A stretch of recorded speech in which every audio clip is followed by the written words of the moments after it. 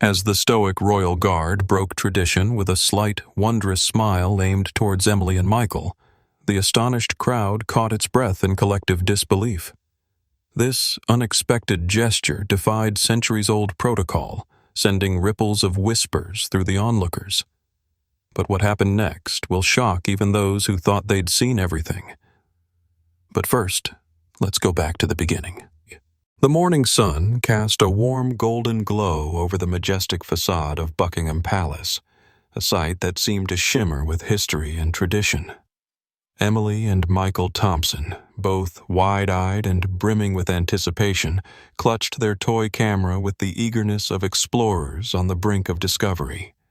Their small hands trembled slightly, not from the early summer chill, but from the pure excitement coursing through their veins. Standing beside them, Betsy took a deep breath, her heart swelling with a mixture of pride and nostalgia. This vacation was more than just a family outing.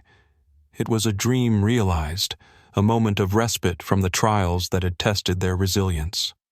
Ohio seemed a world away, with its everyday challenges and familiar landscapes. Here, in the heart of London, the atmosphere was filled with a sense of pageantry and elegance, and Betsy was determined that her children experience the grandeur of the world beyond their hometown.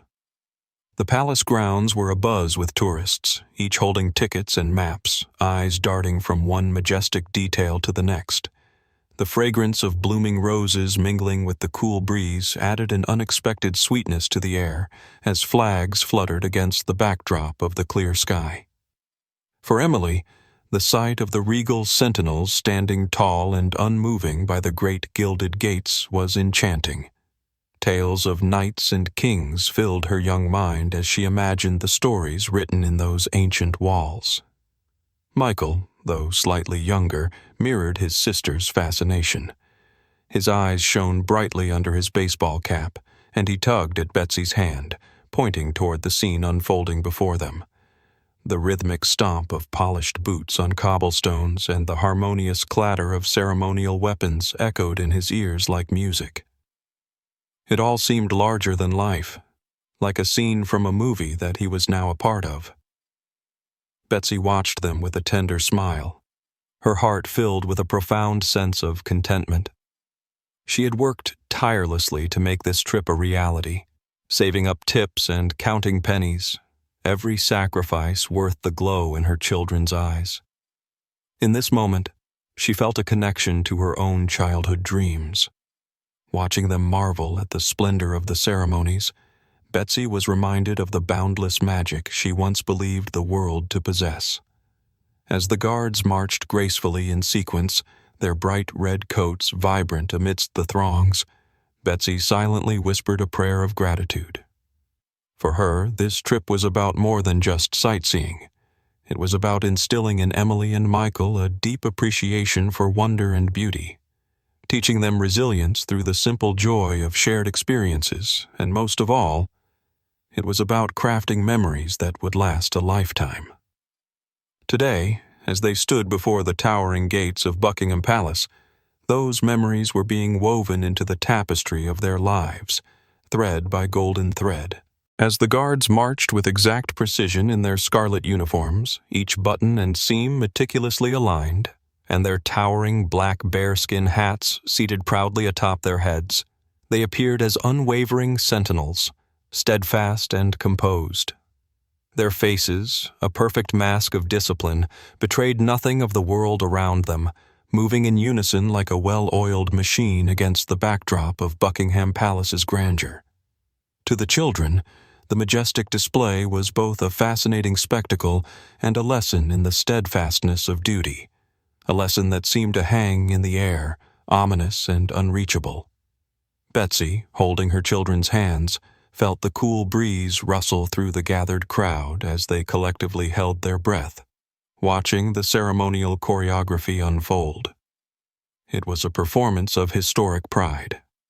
Yet, as Betsy glanced down at her daughter Emily, she caught the light dimming in the little girl's eyes, like a candle flickering against an unexpected gust. The gleam of anticipation that had lit her gaze when they first arrived was now replaced by a sliver of disappointment. Emily had eagerly hoped that one of the guards, embodiments of stories she had read back home, would break the stoicism with a smile or a wave, imagining them as the gallant heroes of the realm, defenders not just of a queen, but of dreams and stories spun in a child's imagination.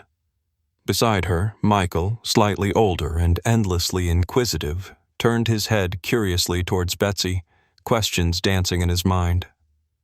"Mom, why do they never smile?" he asked, his voice filled with the earnestness only a child could possess.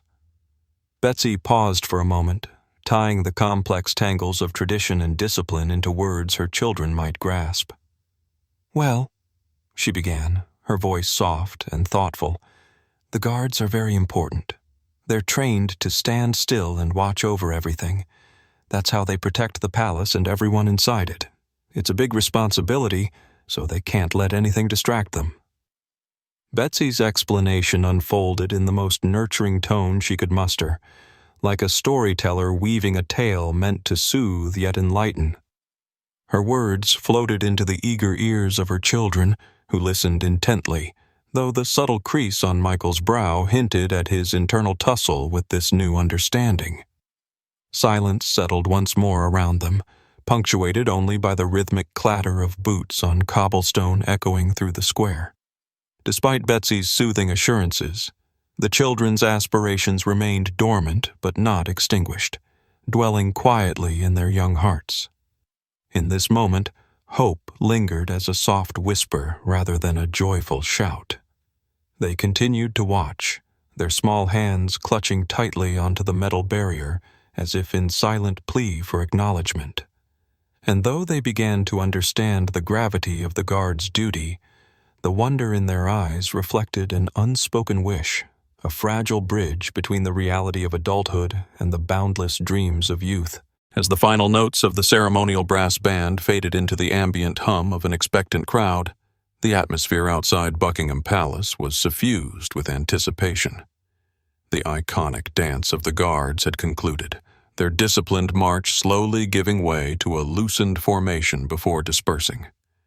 It was within this ebb that something quietly remarkable unfolded, an occurrence that, despite its understated nature, would ripple outward, touching hearts with its simplicity and warmth. At the heart of this moment stood James, a young guardsman whose measured poise and rigorous training marked him indelibly as a sentinel of the monarchy's time-honored tradition. His stature was assertive, composed amidst the grandeur of gold braid and towering black bearskin. Yet, underneath his stoic discipline lay a reservoir of empathy that reached beyond the regality of uniform and duty. As trained, his eyes should have been fixed ahead, unyielding to the statistically faceless masses that gathered daily to witness this ritual. However, the soft, earnest faces of Emily and Michael, two spirited young Americans standing eagerly by the wrought iron fence, somehow reached him. Their unabashed enthusiasm was a splash of vibrant color against the backdrop of the decorous ritual, their spirits unrestrained by the weight of formality. In an unguarded moment, James felt an impulse surge within him, gentle yet insistent. It spoke to his core, a whisper of shared humanity, transcending the rigid expectations of duty. He hesitated briefly, his heart caught in a delicate tug-of-war between regulation and the pull of something profoundly personal. In a decision that shattered no protocol but bent it just enough, he allowed a fleeting smile to touch his lips, a discreet, almost imperceptible curve that was, nonetheless, charged with authenticity and warmth. His nod, slight yet deliberate, was an acknowledgement, a subtle bridge extended across the divide of protocol and expectation. The effect was immediate. Emily's and Michael's eyes widened in joyous disbelief, their surprise quickly melting into exuberant delight. Betsy, their mother, was quick to capture this exchange through the lens of her camera. It contrasted sharply with the surrounding stoicism, a pocket of warmth that flourished unexpectedly amidst the orderly decorum. This display did not go unnoticed. A ripple of murmurs spread through the crowd, a collective intake of breath that resonated with the sincerity of the encounter. Faces turned, smiles dawning in the most unlikely places, as if witnessing something singular and tender in its rarity. The stringent formality that had governed the scene only moments before softened, giving way to a palpable sense of shared endearment. The low chorus of voices crescendoed into nods of approval and gentle, knowing smiles exchanged amongst the onlookers. In that brief interaction, the walls of decorum gave way to a tender moment of connection. James's small gesture, imperceptibly vast in its impact, reminded those present that beneath the fabric of tradition lay veins of kindness and humanity, waiting patiently in plain sight to unfold. As the sun began to dip below the horizon, casting a warm, golden glow over the majestic facade of Buckingham Palace, the Thompson family's day stood as an indelible memory etched in the canvas of their lives. Betsy, their mother, watched her children with a profound sense of contentment and gratitude, her heart brimming with the kind of warmth that only a moment of unexpected compassion can bring. For what began as a typical tourist experience had transformed into a tale of genuine human connection, bridging oceans not with great speeches or grand gestures, but with the simplest of acts that often ripple outward, affecting the hearts of all who witness them. Emily and Michael walked beside her, their energetic chatter filled with a newfound exhilaration. They recounted the moment over and over, their words tumbling out with the unbridled joy of innocence. The gleam in their eyes was irreplaceable, sparkling with the kind of delight that seemed to rejuvenate Betsy's spirit.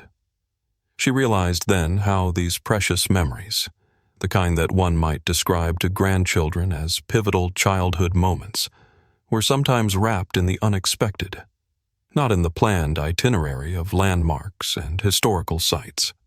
In that small nod and the briefest of smiles from a royal guard named James, the entire day took on a magical hue.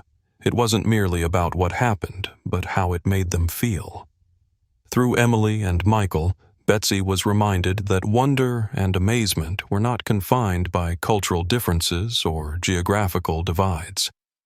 They flowed freely across boundaries, a universal language of shared humanity. James's gesture, like a small beam of light breaking through a dense, clouded sky, touched more than just the surface of their hearts.